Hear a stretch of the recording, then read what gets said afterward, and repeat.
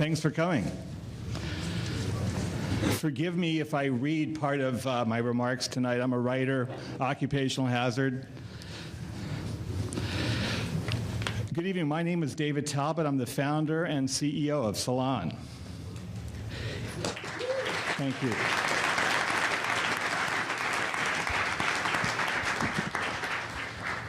It's my very great honor tonight to lead a conversation with Glenn Greenwald. I began reading Glenn after I left Salon a few years ago and became a civilian once again, writing books and watching the world on the sidelines as it spun off its axis like everyone else.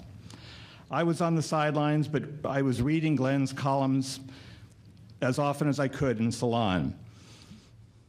I felt as I read Glenn that somebody was fighting for me and for all of us civilians. His intellect, his logic, his passion were sharp tools of war. They reminded me of the brave and rigorous warriors of the pen who had shaped my own journalism when I was growing up. George Orwell, I.F. Stone, Noam Chomsky, a gentleman here, I hope tonight, Peter Dale Scott. Glenn had the same ability to dissect the workings of power with surgical precision and to eviscerate the self-serving lies and distortions of those in authority. He didn't tailor his analysis along party lines. He pursued the truth wherever it led him. So I was absolutely delighted when duty called me back to Salon last summer, delighted that I would finally have the opportunity to work alongside with Glenn. I'm meeting him here, like most of you, for the first time tonight.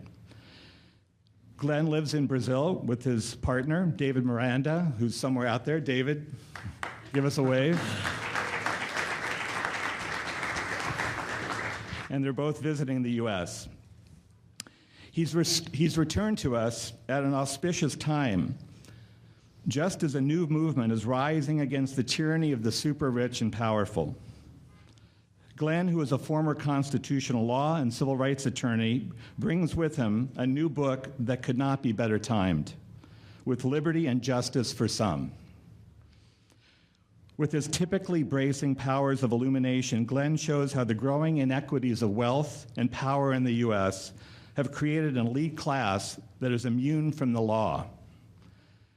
This legal immunity reinforces this highly privileged group's stranglehold on the country. This growing crisis has led us to where we are today, with thousands of protesters shutting down the Port of Oakland right now as we speak.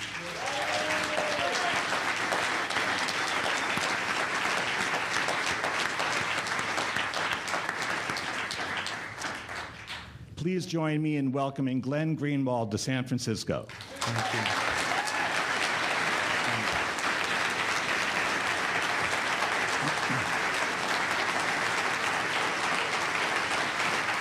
Thanks very much. Hi, Glenn. Hey, David. How you doing?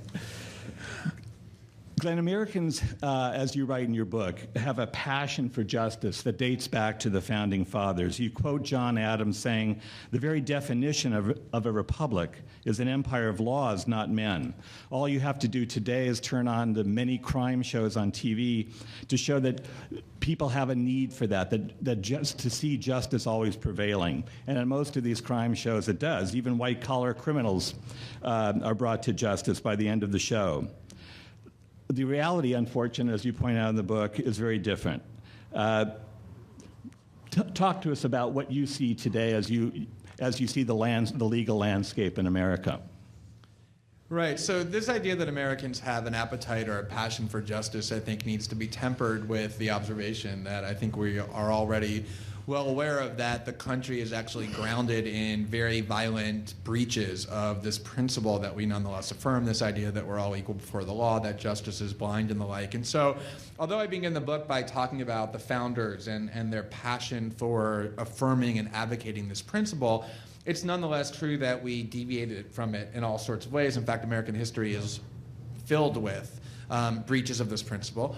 And so it wouldn't be a particularly interesting book if all you were saying was that we violate the rule of law or equality before the law, that the rich and powerful are able to obtain advantages in the judicial system that everybody else is unable to obtain, because that's always been true, and that's just true by the nature of power factions. But what is radically different today, I think, is that even during that first 2 centuries, when we were violating this principle so continuously and so severely, we were nonetheless affirming its validity. So you can look at the founders' writings, and as you said, John Adams said we have basically 2 choices. We can be a nation of laws or a nation of men.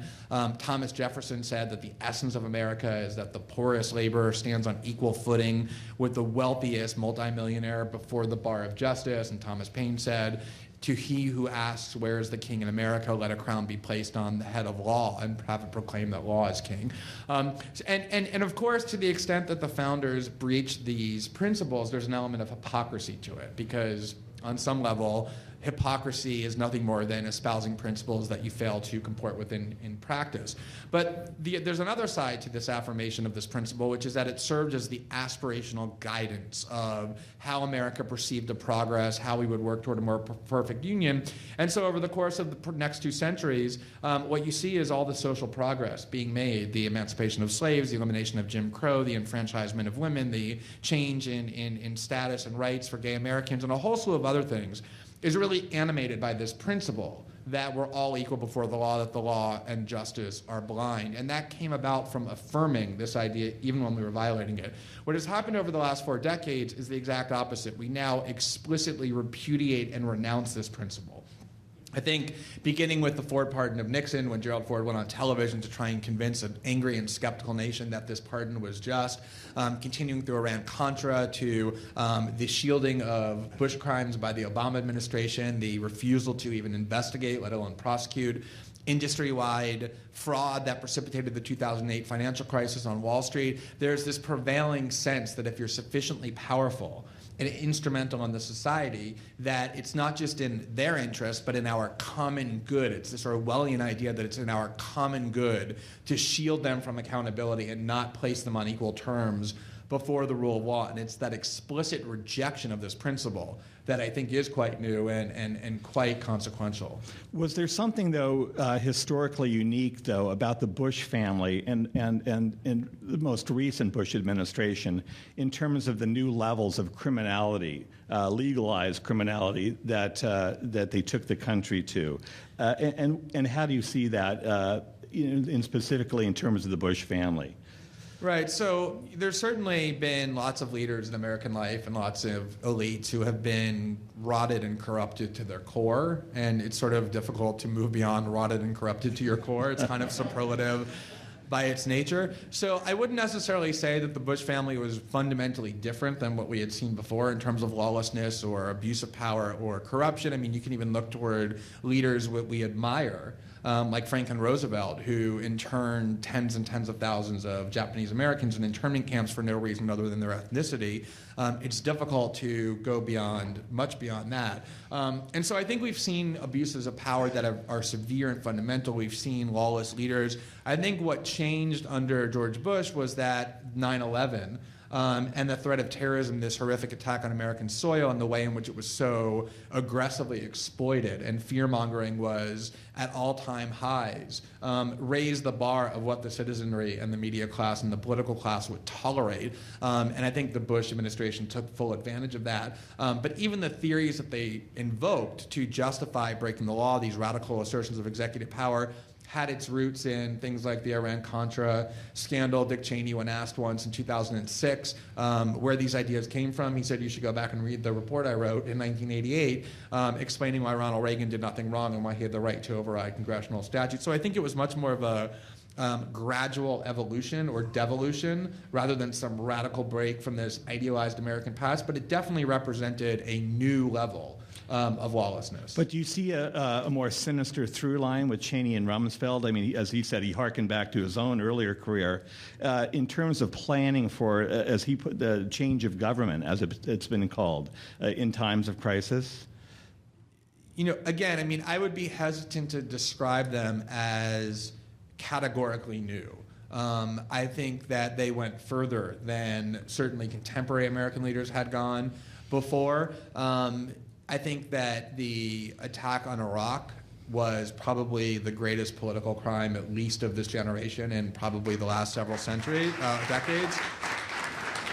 And I don't think we've come to terms with that at all, in part because of what I describe in the book. I mean, what's truly amazing is if you go back and read what the United States and the Allied powers said at the Nuremberg trials after World War II, the greatest crime, what was described as the kingpin crime by Robert Jackson, the lead prosecutor at Nuremberg, was not putting people into concentration camps or genocide or mass expulsions of people based on ethnicity. The kingpin crime was the act of aggressive war, because it's what made everything else that followed not just possible but inevitable.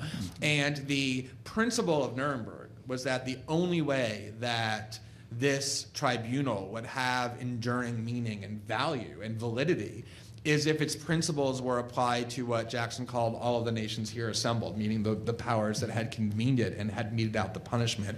And the principle, the crux of that tribunal was that leaders who engage in aggressive war are committing the most heinous crime imaginable. It's what justifies everything else, and they must be punished if we're to have any minimal conception of justice in the international order. And not only have we abandoned that, but to go on television or enter a political debate and say that George Bush and Dick Cheney and Don Rumsfeld should be punished for that aggressive attack is one of the most self-marginalizing acts you can possibly commit. The idea that they should be punished is not just disagreed with or rejected, but hardly recognized as something that makes sense. And in that regard, I do think that they committed crimes above and beyond the standard crime of American leaders. Well, let's talk about that slavishness of the American media, which you are, witheringly, brilliant in dissecting in your columns in Salon.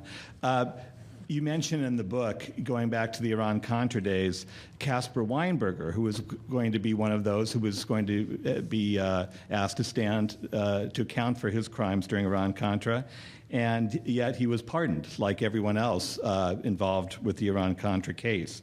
Richard Cohen, who's considered widely a liberal columnist for the Washington Post, wrote at the time, Caspar Weinberg's not such a bad guy. We bump into each other in Safeway all the time here in Georgetown. You quote him actually writing in his column, based on my Safeway encounters, this is a quote, I in the produce section, I guess, or wherever, I came to think of Weinberger as a basic sort of guy, candid and no nonsense. Cap, my Safeway buddy, walks, and that's all right with me.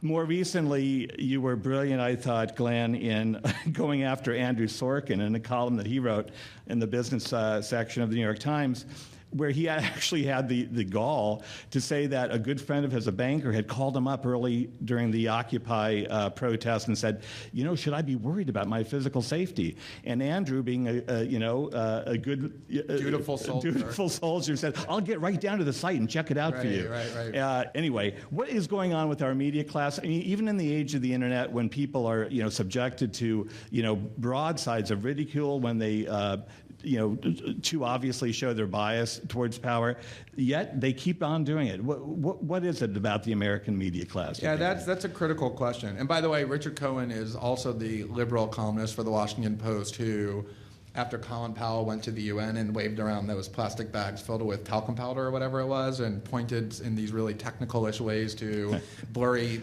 objects on some poster board that the Pentagon had produced, went to the Washington Post column and he said, after Colin Powell's impressive presentation, only a fool or a Frenchman would doubt that Saddam Hussein has nuclear and chemical and biological weapons. But anyway, that's not Fox News, that's the liberal media. But the way in which the media has transformed fundamentally is, I think, one of the most significant political developments explaining so many of these things. Because if you go back and look at how journalists conceived of themselves 5 or 6 decades ago, and there's a danger to idealize or romanticize it, but it really is true that essentially if you were going to enter the field of journalism, it meant that you were going to be basically poor. You were going to be working class.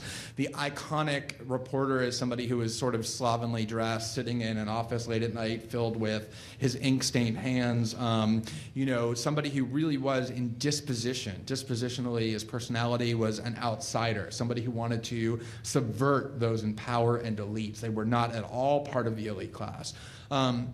And that's what has radically changed so much. I mean, so now if you look at, say, MSNBC and you see a host on MSNBC, what you're actually seeing is a